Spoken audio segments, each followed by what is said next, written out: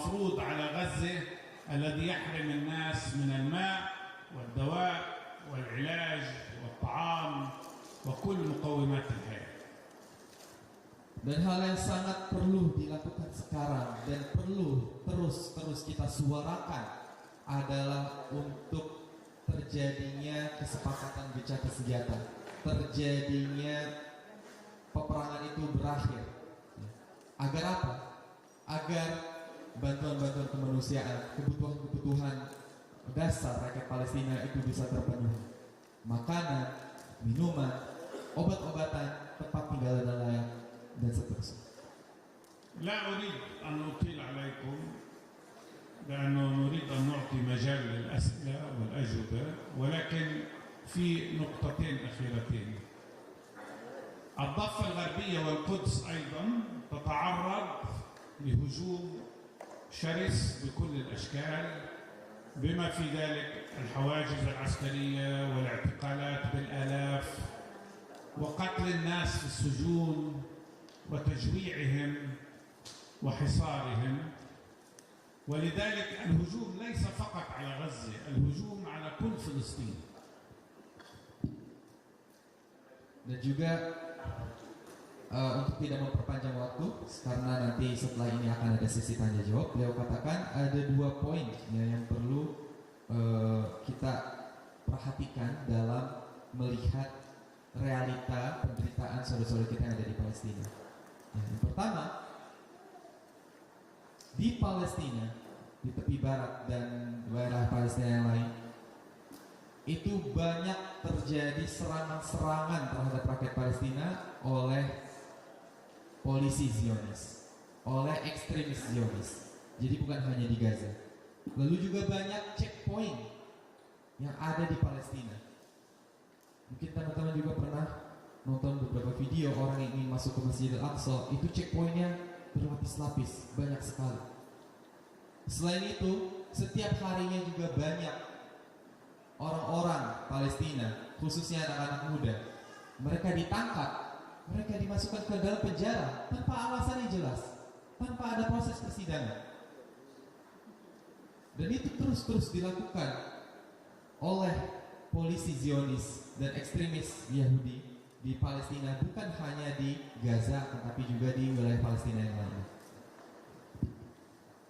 هناك أوهام كثيرة اكتشفت. الوهم الأول الذي روج له كثيرون في الغرب أن إسرائيل هي الضحية وهي التي أمنها في خطر. لا، الصورة الآن واضحة، الضحية هو الشعب الفلسطيني وإسرائيل هي المعتدية وليست الضحية. هاي نقطة مهمة، لأنه في الإعلام الغربي لسنوات طويلة جرى الترويج أن إسرائيل هي الضحية في هذا الصراع.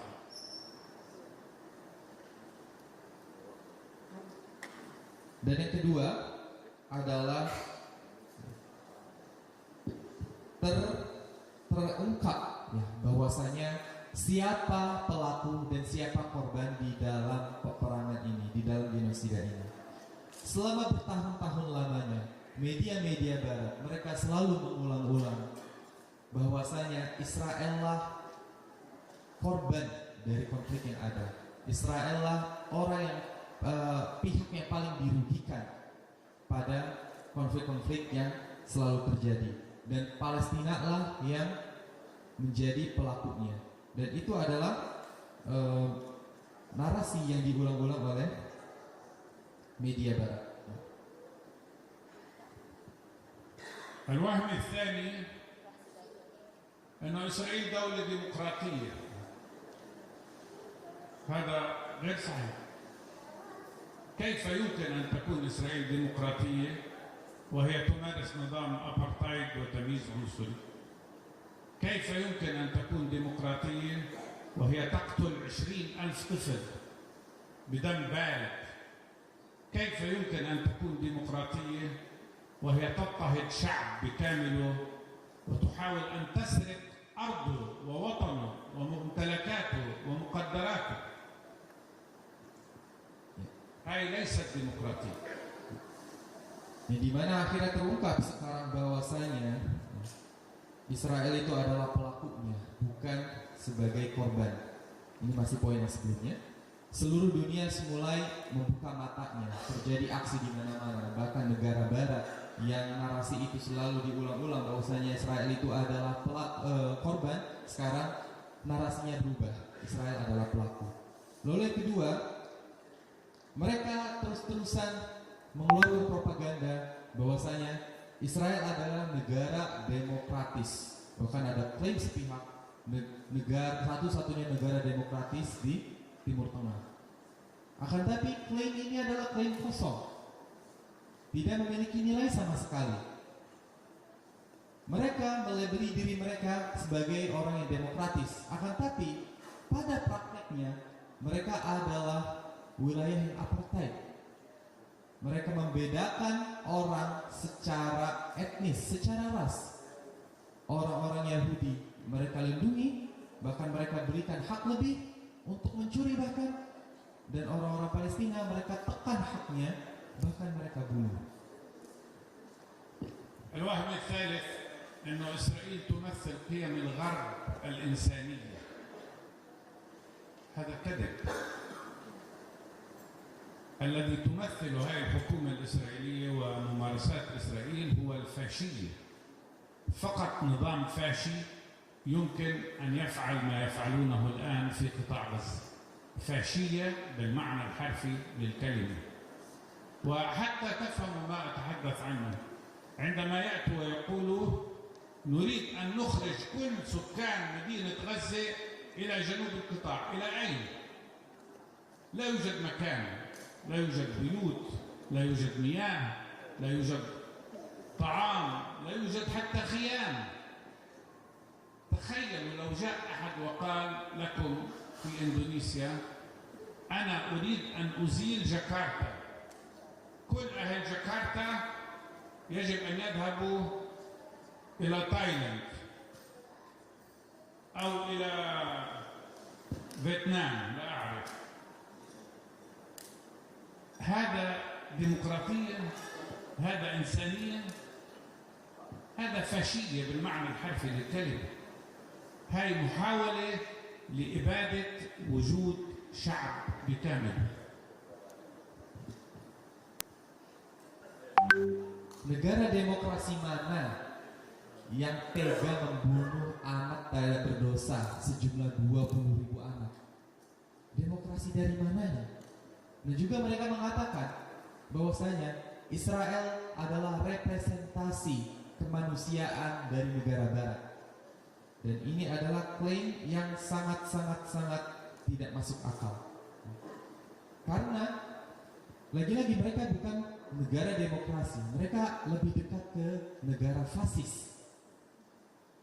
Kenapa beliau bilang seperti itu, negara fasis?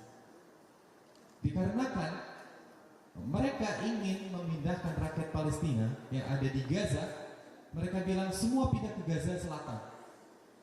Rakyat Palestina yang ada di Gaza Utara semua pindah ke Gaza Selatan, karena Gaza Utara tidak aman, mereka katakan. Ini sama saja seperti ada penjajah di Jakarta, lalu mereka membom habis-habisan dan membunuh orang-orang yang ada di Jakarta Utara. Lalu mereka bilang kepada penduduk Jakarta Utara yang tersisa, demi kemanusiaan kami sangat peduli kepada kalian, maka silakan pindah ke Jakarta Selatan. Maka ini tidak masuk akal.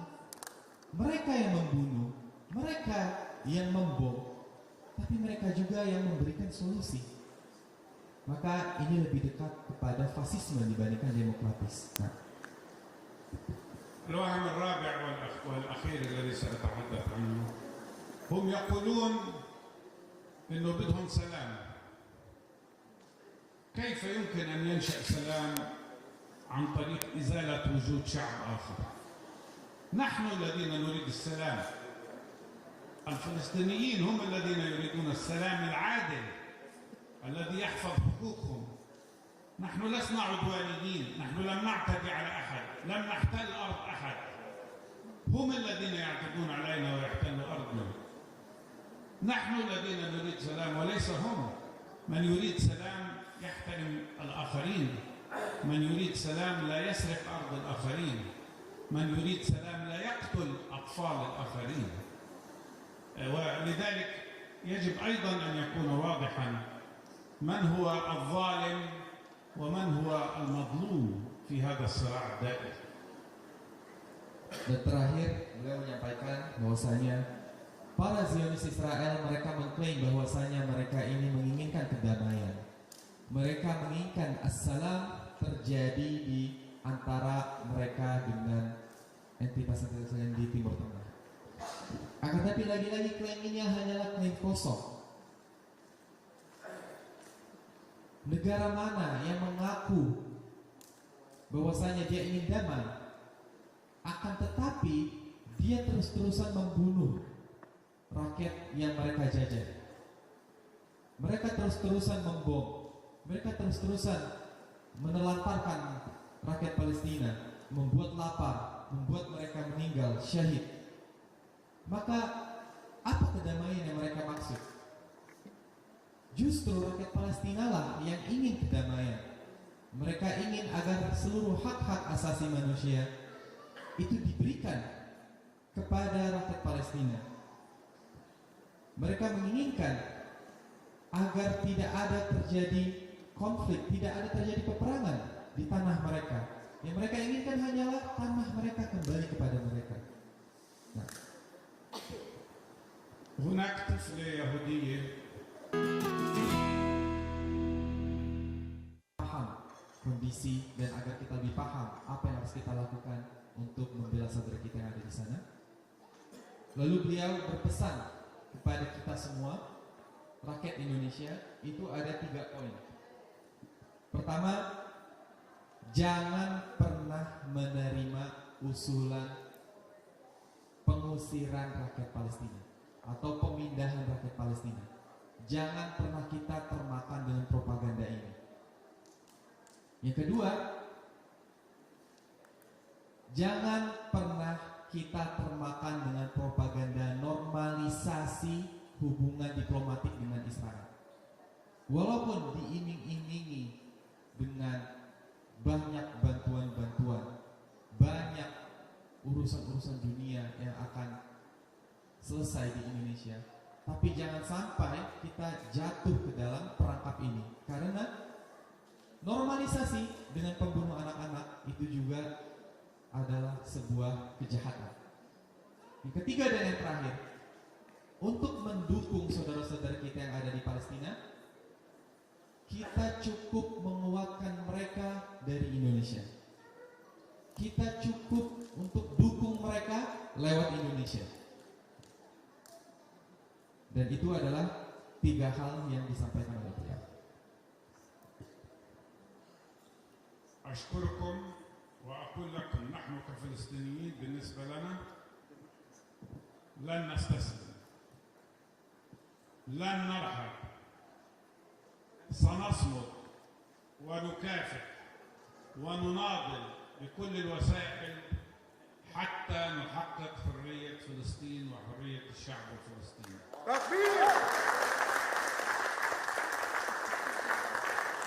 لن نتخلى عن المسجد الأقصى حتى لو كنا وحدنا، لن نتخلى عن تراثنا وعن قيم شعبنا، وسنصمد وبدعم أصدقائنا في كل العالم مثلكم سننتصر إن شاء الله.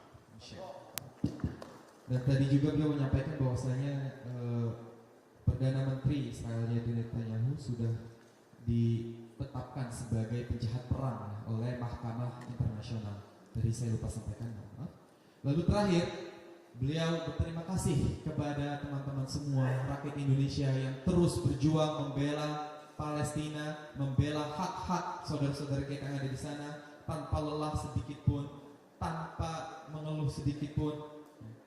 Dan semoga itu menjadi bagian dari pembebasan Masjidil Aqsa. Semoga usaha yang teman-teman lakukan itu menjadi bagian dari pembebasan tanah Palestina dari penjajahan, dan semoga itu menjadi langkah agar Palestina kelak menjadi seperti Indonesia, merdeka, aman, dan sentosa.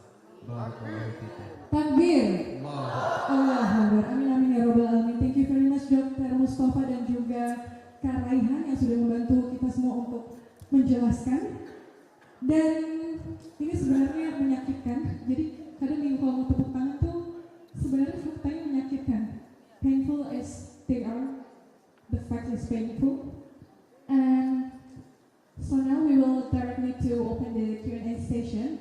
But first, allow me first to share an announcement for those who are recording today's seminar and we wish to post in on social media. Please kindly tag social media Dr. Adnan at adnan.hamidan and then at Mustafa_Bergoti and then at ypsp.id and the last friendsofpalestine.indo. Jadi buat Bapak Ibu semua yang hari ini mendokumentasikan, boleh silakan jika mau di-post di sosial media, tag langsung para speaker kita hari ini at adnan.hamidan, kemudian yang kedua Mustafa_Bergoti, kemudian at ypsp.id dan yang terakhir adalah at friendsofpalestine.indo. Sekarang kita akan buka sesi Q&A. Untuk Bapak Ibu yang mau bertanya boleh angkat tangan, raise your hand, and then jelaskan namanya siapa, dari mana, pertanyaannya apa dan ditujukan ke siapa, silakan. Baik. Mohon maaf.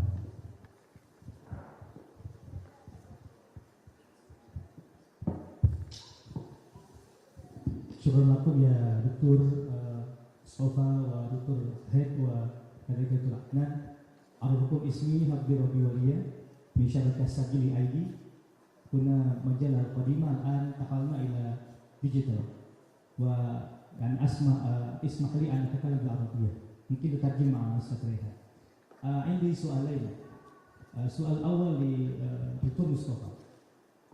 قلتم على نحن الفلسطينيون شعب ناضل ولا نستسلم ولو كنا واحد، لكن الآن الدولة والمجتمع الدولي كاد أن يكون في حل واحد وهي حل دولتين. الآن كثير من الدول ستقام انعقاد في الأمم المتحدة في أمريكا وهم يشترطون على اعتراف فلسطين لكن بحل دولتين. كثير من الدول فرنسا والسعودية وغيرها حتى ممكن أندونيسيا. وما موقفكم في هذه الخطة حل الدولتين؟ وكذلك السؤال للأستاذ عدنان. أنتم عشتم في أوروبا وخاصة في بريطانيا. نحن نشاهد الآن شعب أوروبا يتغير كثيرا وهم أول داعم لإسرائيل الآن داعم لفلسطين. نحن نريد أن نسمع منكم ما هي الأسرار وما هي هذه التحول الجذري. أظن في نقطة مهمة جدا حتى يكون هذه التحول الجذري من دعم إسرائيل إلى دعم للشعب الفلسطيني. هذا سؤالي. شكرا لكم. جزاكم الله خيرا. Baik, bismillahirrahmanirrahim. Izin saya menerjemahkan pertanyaan dari Ustadz Robbi Waliya. Nah, beliau memiliki dua pertanyaan tadi. Pertanyaan pertama singkatnya, apa pendapat Dr. Mustafa Bergoti terhadap two-state solution yang dimana ini diangkat oleh banyak negara-negara, termasuk negara-negara Muslim yang mereka angkat ke PBB. Apa pendapat beliau tentang two-state solution atau solusi dua negara? Lalu pertanyaan kedua kepada Dr. Adnan, Eropa telah berubah 180 derajat. Yang awalnya rakyat Eropa itu pro terhadap Israel, tapi sekarang mereka memiliki posisi yang sangat kuat terhadap Palestina. Mereka sangat pro Palestina. Maka apa rahasianya? Apa hal yang sangat mengakar di dalam masyarakat Eropa sampai akhirnya mereka bisa berubah pikiran, yang awalnya mendukung Israel secara full, sekarang mereka mendukung Palestina secara penuh? Baik, kita dengarkan jawaban pertanyaan pertama. أولا كان لازم أذكر في كلمتي تحية خاصة للمشاركين في أسطول غزة. وأنا أمس كنت أتحدث مع المنظمين لهذا الأسطول، وطبعا العالم بأسره سيراقب كيف يأتي آلاف المتضامنين من كل العالم لمحاولة كسر الحصار على غزة، وهذا عمل رائع نحن نحييه ونقدره. أنا شخصيا كنت في أولى السفن، شاركت بنفسي في أولى السفن التي ذهبت إلى غزة وكسرت الحصار في الواقع في حين دخلنا إلى غزة قبل أن تدمر إسرائيل السفينة. هاي النقطة الأولى. النقطة الثانية،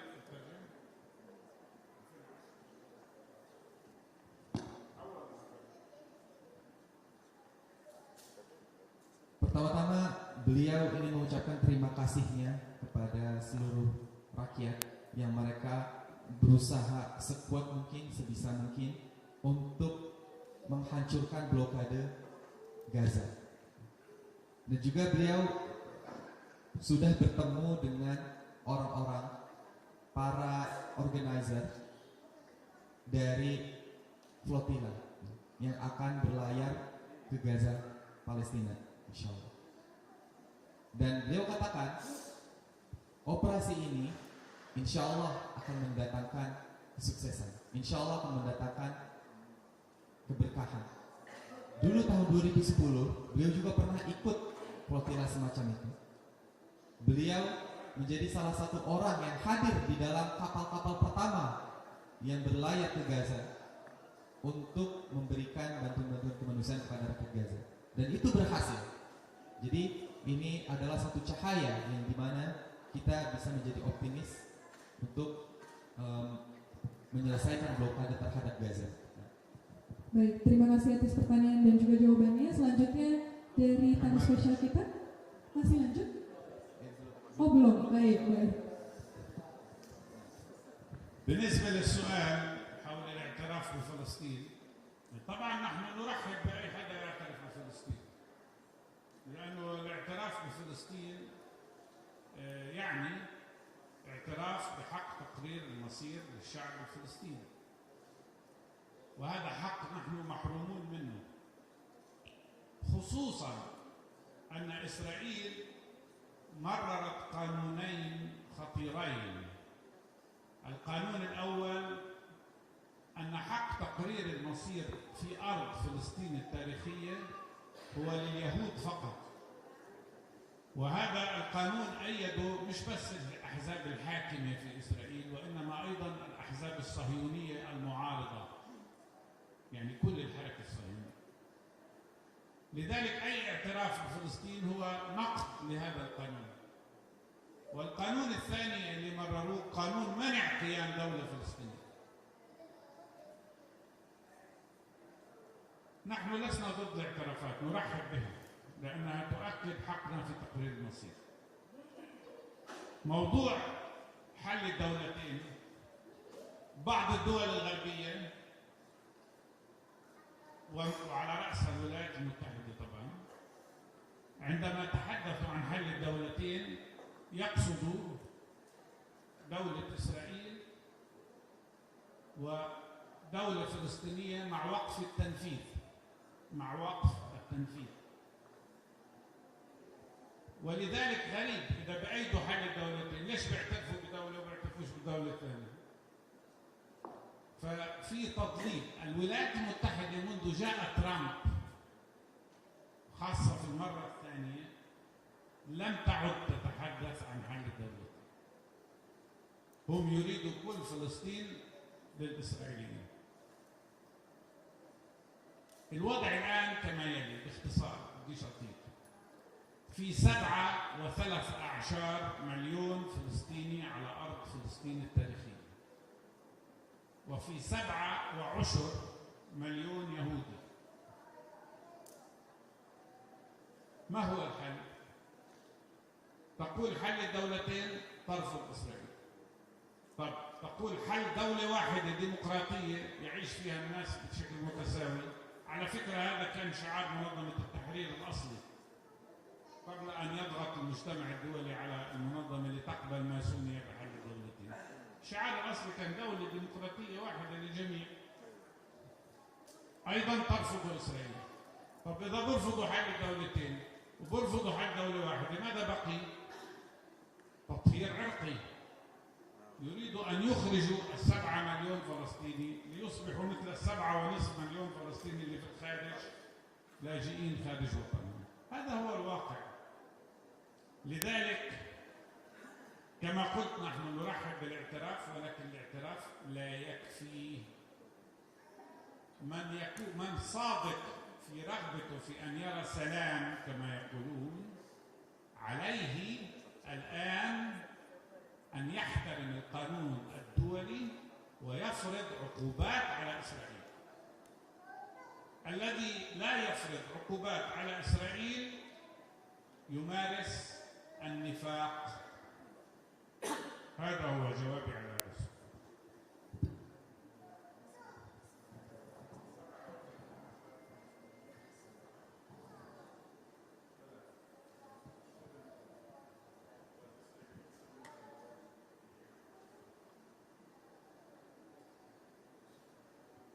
Untuk jawaban dari solusi dua negara atau two state solution, beliau mengatakan, pertama, prinsipnya adalah beliau sangat welcome, beliau sangat terbuka pada solusi-solusi yang membuka kesempatan Palestina untuk dianggap sebagai sebuah negara. Tapi ada tapinya. Israel telah mengeluarkan 2 aturan yang sangat berbahaya. Saya jelaskan secara singkat. Yang pertama, Israel mengklaim seluruh tanah Palestina yang historis, semua situs historis, semua kota-kota yang historis itu milik Israel, mereka katakan. Dan yang kedua, mereka menolak pendirian negara Palestina. Dari 2 aturan atau dari 2 prinsip yang mereka sudah sampaikan ini, sudah bisa kita tarik kesimpulan, solusi 2 negara pun tidak akan pernah terjadi, tidak akan pernah berhasil. Karena dari Israel sendiri, mereka sudah menolak. Dan kalau teman-teman perhatikan, sudah dari lama, semenjak zaman Trump yang pertama dan zaman Donald Trump yang kedua sekarang, Presiden Amerika, dia tidak pernah sekalipun mengatakan dia menerima solusi 2 negara. Tidak. Dia hanya mengaku Israel. Dan ini menandakan bahwasanya two state solution itu tidak akan pernah berhasil sampai kapanpun. Karena penjajah sendiri pun mereka sudah menolak. Dan tadi beliau juga katakan, siapapun orang yang tidak mengecam Israel, maka bisa dikatakan dia adalah orang yang munafik. Hati-hati. Orang yang tidak mengecam Israel, maka dia telah melakukan sebuah kemunafikan. السلام عليكم. في بريطانيا كحال كثير من الدول الغربية التقدم كبير للرواية الفلسطينية والتقهقر كبير للرواية الإسرائيلية. إسرائيل في أضعف أحوالها عالميا الآن في موضوع التعاطف الغربي. اليوم جريدة نيويورك تايمز نشرت إحصاء خطير جدا بالنسبة للإسرائيليين. نيويورك تايمز تقول اليوم أن 60% من الجيل الجديد في أمريكا يفضل حماس على إسرائيل، مش حتى يفضل تحديدا، وهذا بالنسبة لهم خطير جدا. ومن سنة لما عملوا دراسة بالجامعات الأمريكية 40% من الطلاب في الجامعات الأمريكية يرون أنه ما جرى في أكتوبر حق لشعب تحت احتلال. 3 نقاط أنا برأيي هي غيرت المعادلة الغربية بالنسبة للتعاطف الغربي، تحول من التعاطف مع إسرائيل للتعاطف مع فلسطين. الأولى حجم الإبادة غير المسبوق الذي يقوم به الاحتلال، الجنوسايد، الإبادة الغير مسبوقة تاريخيا. الثانية كسر احتكار وسائل الإعلام. الآن ما عادت الناس بس تشوف CNN وBBC، لما صارت تشوف السوشيال ميديا صار يعرف الغربي ما الذي يجري. ومرة ناشطة إنجليزية قالت أنا بس بوجه كلمة واحدة للفلسطينيين: keep posting on social media. استمروا في نشر السوشيال ميديا لأنه إحنا من خلاله بنعرف ما الذي يجري. الثالث ما شاهدوه على أرض الواقع من ازدواجية المعايير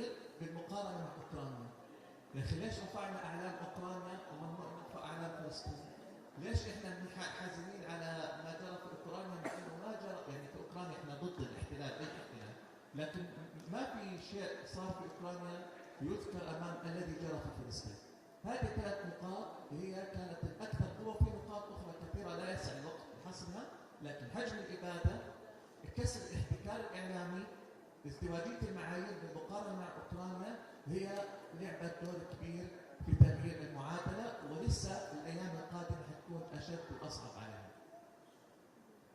Baik, mungkin cepat saja. Tadi beliau katakan ada 3 poin ya. Kenapa Eropa itu berubah yang awalnya pro Israel sekarang menjadi pro Palestina. Ya, beliau membuka dengan salah satu postingan atau berita dari New York Times. Beliau bilang survei dari New York Times menyatakan bahwasanya 60% generasi baru Gen Z itu mereka lebih memilih Hamas dibandingkan Israel. Amerika, perhatikan. Dan ada 3 poin kenapa Eropa mulai berpindah haluan dari pro Israel menjadi pro Palestina. Pertama, karena besarnya genosida yang dilakukan oleh Israel. Saking kejamnya Israel, sampai orang-orang barat pun mereka terbuka matanya dan mereka tidak ingin mendukung Israel lagi. Dan yang kedua, karena sosial media itu makin meluas. Karena banyak aktivis-aktivis kemanusiaan di barat itu mereka tetap memposting, mereka tetap menyebarkan berita-berita yang terjadi di Palestina. Dan akhirnya yang perbuatan yang mungkin menurut kita itu hanya sepele, memposting-posting, tapi itu akhirnya berdampak yang sangat besar, mengubah narasi yang awalnya pro Israel menjadi pro Palestina. Dan yang terakhir, adanya perbandingan. Mereka melihat ya, sekarang Ukraina sedang dijajah oleh Rusia. Jelas kita menolak segala bentuk penjajahan dari bangsa apapun itu. Nah, tapi poin di sini adalah penjajahan terhadap Ukraina yang dilakukan Rusia itu tidak ada apa-apanya dengan penjajahan yang dilakukan Israel oleh Israel terhadap rakyat Palestina, yang mereka dibunuh, dibuat lapar dan seterusnya sampai meninggal. Akhirnya mata orang Barat itu mereka terbuka dan mereka menggunakan hati mereka untuk berpikir dan akhirnya berubah haluan yang awalnya pro Israel sekarang mereka menjadi pro Palestina. Maka itu adalah rahasia kenapa point of view dari orang Eropa berubah. Sudah. Baik. Terima kasih atas pertanyaan dan juga jawabannya. Selanjutnya di sini kita ada tamu spesial Ustaz Salim.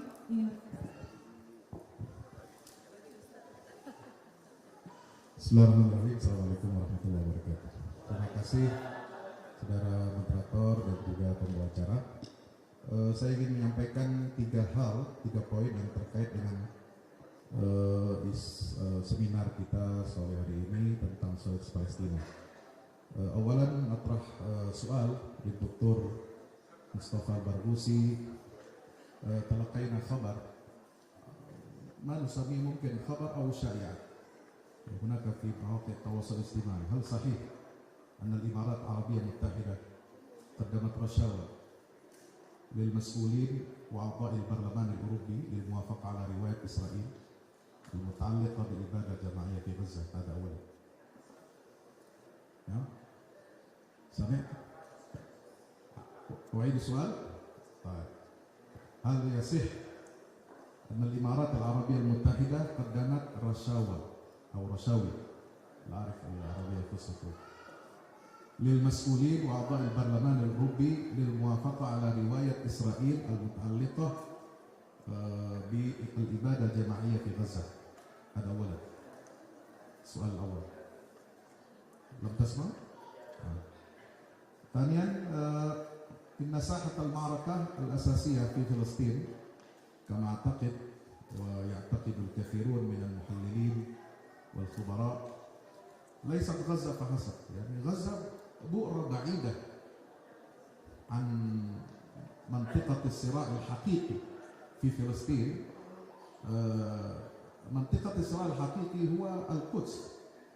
القدس يقع في ضفة غربية، فلسنا يعني ينبغي ألا ننأى بأعيننا ولا ينبغي أن نبتعد عن حالة الضفة الغربية، لأن القدس الشرقية والمسجد الأقصى هي أو هما في منطقة الضفة الغربية.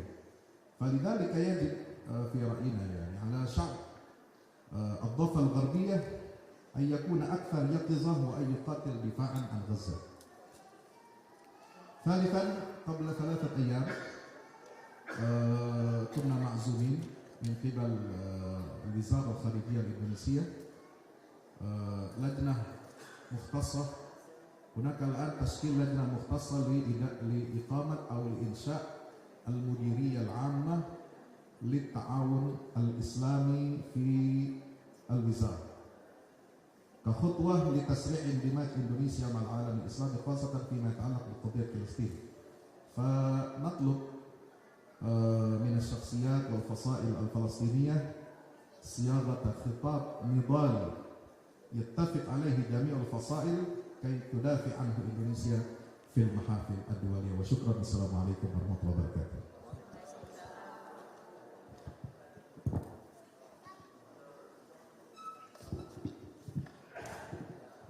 طيب، نجاوب على الأسئلة. بالنسبة للسؤال، Baik, pertanyaan pertama yaitu tentang Uni Emirat Arab, ya Parlemen Uni Emirat Arab. Ustadz Fahmi Salim itu mendengar bahwasanya Uni Emirat Arab itu memberikan uang, ya, memberikan bribe ya kepada negara-negara Eropa agar tidak membela Palestina dan lebih berpihak kepada Israel. Seperti itu ya.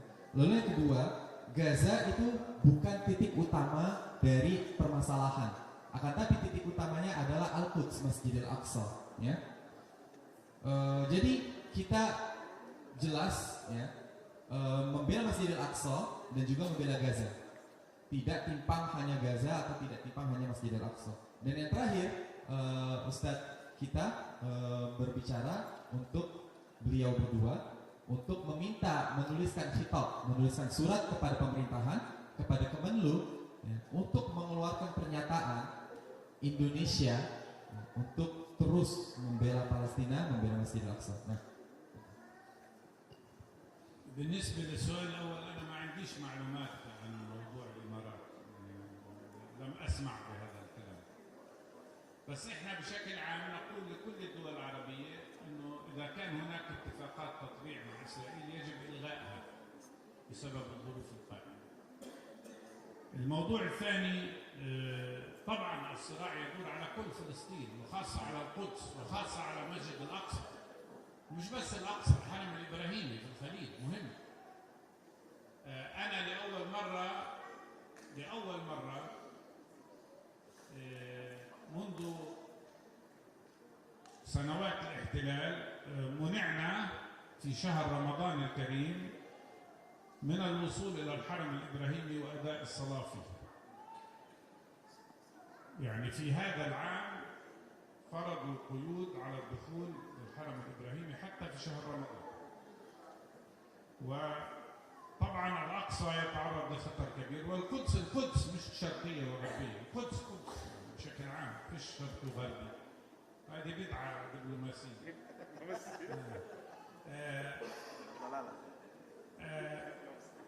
طبعا الضفة الغربية تتعرض لاضطهاد رهيب، ولكن دعني أقول لك الضفة الغربية تقاوم أيضا وتناضل.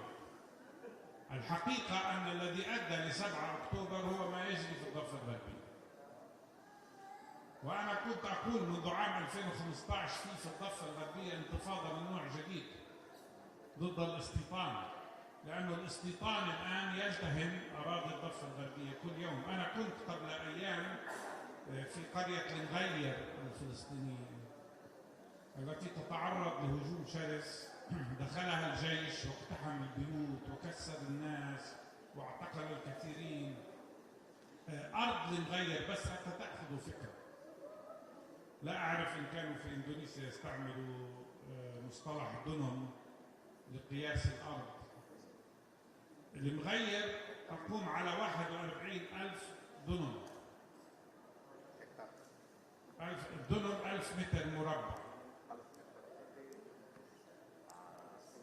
استعملوا الهكتار. يعني إسرائيل استولت على في الشهر الماضي استولت على 40,000 من 41,000. هذا مثل، مش بس نغير كل القرى.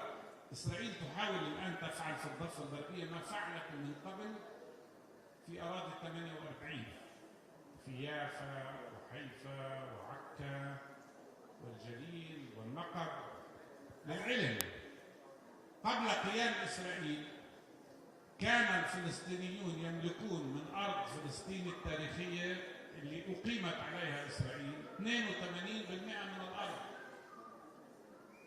الآن الفلسطينيون في ما يسمى إسرائيل بعد أن استولت إسرائيل على أراضيهم يملكوا فقط 3.5% من 82% إلى 3.5%.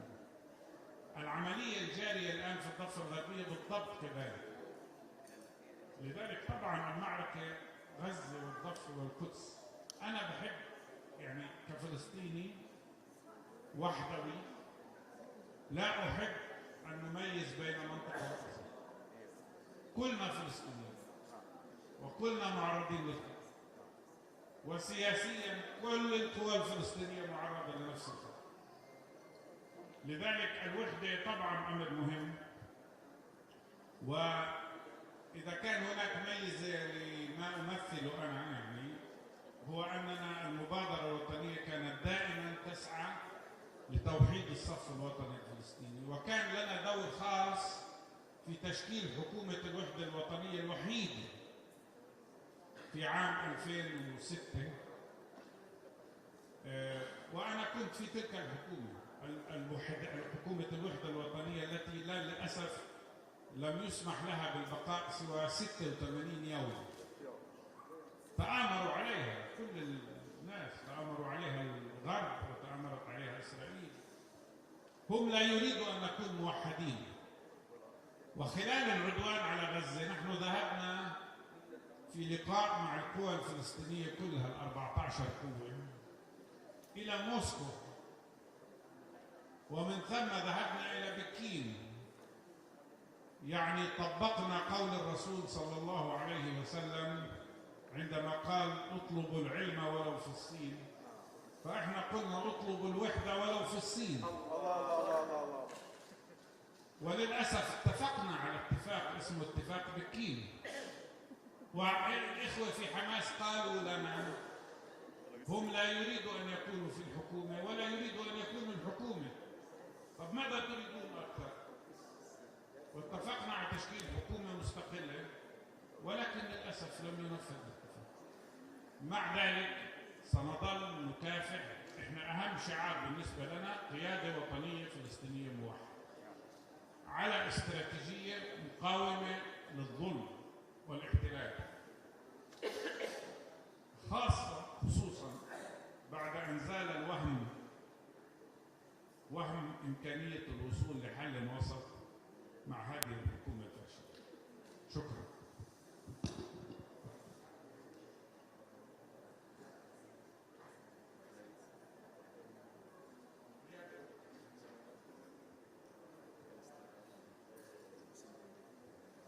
Baik, untuk pertanyaan pertama, beliau sendiri tidak tahu ya bahwa kabar tentang Uni Emirat Arab yang memberikan uang kepada negara-negara Eropa untuk membela Israel. Ya. Akan tapi apabila memang itu benar terjadi, ya jelas kita akan menentang itu sebesar-besarnya. Ya, walaupun memang UAE itu adalah salah satu negara Arab, negara yang mayoritas Muslim, tetap saja keputusan itu tidak bisa menjadi keputusan yang paling adil. Ya. Lalu yang kedua, masalah Gaza bukan titik utama, akan tapi Al-Quds lah titik utama dari konflik ini, dan itu adalah hal yang sangat benar. Ya. Perang yang ada di Gaza sekarang itu dikarenakan rakyat Gaza sedang membela Masjid Al-Aqsa, Al-Quds. Dan seluruh Palestina itu tidak hanya Gaza atau Masjid Al-Aqsa, itu mereka semua sekarang dalam keadaan tidak aman. Tadi beliau bercerita panjang lebar sekali, tapi Afwan kita tidak memiliki waktu banyak untuk hal ini. Beliau menceritakan sedikit tadi cerita beliau tentang Al-Quds atau daerah West Bank ya, tepi barat. Yang dimana dulu waktu bulan Ramadan beliau pernah masuk ke Haram Ibrahimi, salah satu daerah yang historis di Palestina. Ya. Akan tapi beliau ditahan dari masuk ke daerah sana dikarenakan ini adalah salah satu strategi Israel untuk melepaskan identitas Palestina dengan tanah mereka sendiri. Lalu juga tanah Palestina itu berubah, yang awalnya memang penduduk, ya. Tanah-tanah itu milik oleh warga lokal. Seperti yang beliau ceritakan tadi, ada 100 hektar yang memang itu secara gradual diambil oleh penjajah Zionis. Lalu juga tentang ya, beliau juga tadi bercerita tentang bagaimana kondisi politik ya yang ada di Palestina seperti itu. Mungkin ada beberapa orang yang bertanya-tanya tentang fraksi-fraksi Palestina, apakah mereka bermusuhan atau mereka memiliki hubungan yang baik atau sebagainya. Maka tadi beliau katakan seluruh rakyat Palestina itu memiliki satu suara yang sama, yaitu membebaskan tanah Palestina secara penuh dari penjajahan Israel. Dan dari fraksi Hamas, dari fraksi yang ada di tepi barat, itu mereka sering melakukan negosiasi, mereka sering melakukan rekonsiliasi, bahkan sampai ke Moskow, bahkan sampai ke Cina. Maka tadi beliau bilang ada istilah tuntutlah itu sampai ke negeri Cina. Tapi di sini beliau katakan carilah keadilan atau carilah kesepakatan walau sampai negeri Cina. Beliau katakan seperti itu. Nah. Lalu sempat juga sudah terjadi kesepakatan antara fraksi-fraksi Palestina untuk menjadikan Palestina itu ke dalam satu pemerintahan. Dan ini adalah tujuan mereka sampai sekarang, menjadikan Palestina ke dalam satu pemerintahan. Dan pernah terjadi pada tahun 2006 ya, Palestina itu berdiri pada satu pemerintahan, akan tapi tidak berlangsung lama, hanya 86 hari. Dikarenakan dari pihak penjajah mereka tidak suka apabila rakyat Palestina itu bersatu, maka akhirnya pemerintahan itu pun berakhir. Dan seperti itu. ريحان اليوم هو أكثر واحد تكلم في الجلسة، فلازم نعمل تحية لريحان.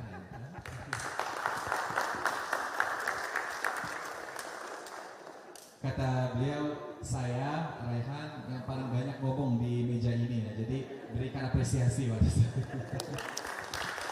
Gak enak ya Kak ngomong sendiri, memuji sendiri. Baik, terima kasih banyak untuk Dr. Amin, Dr. Mustafa, Dr. Ahid, dan juga spesial untuk Mr. Raihan yang sudah membantu menjelaskan semuanya kepada kita. So now we officially close, but first you all the speakers have to photograph session. Where's the photographer? We will take the photos together, all the speakers, and then you all the speakers take photos together with the audience. Please stand up. Untuk hadirin yang belum bertanya, mohon maaf sekali dengan segala hormat karena kita mau memasuki waktu maghrib. Mudah-mudahan jawaban dari speakers kita hari ini sudah mewakili jawaban dari pertanyaan hadirin yang sudah hadir pada hari ini. Yang pertama, untuk semua speaker bisa foto bersama di atas panggung.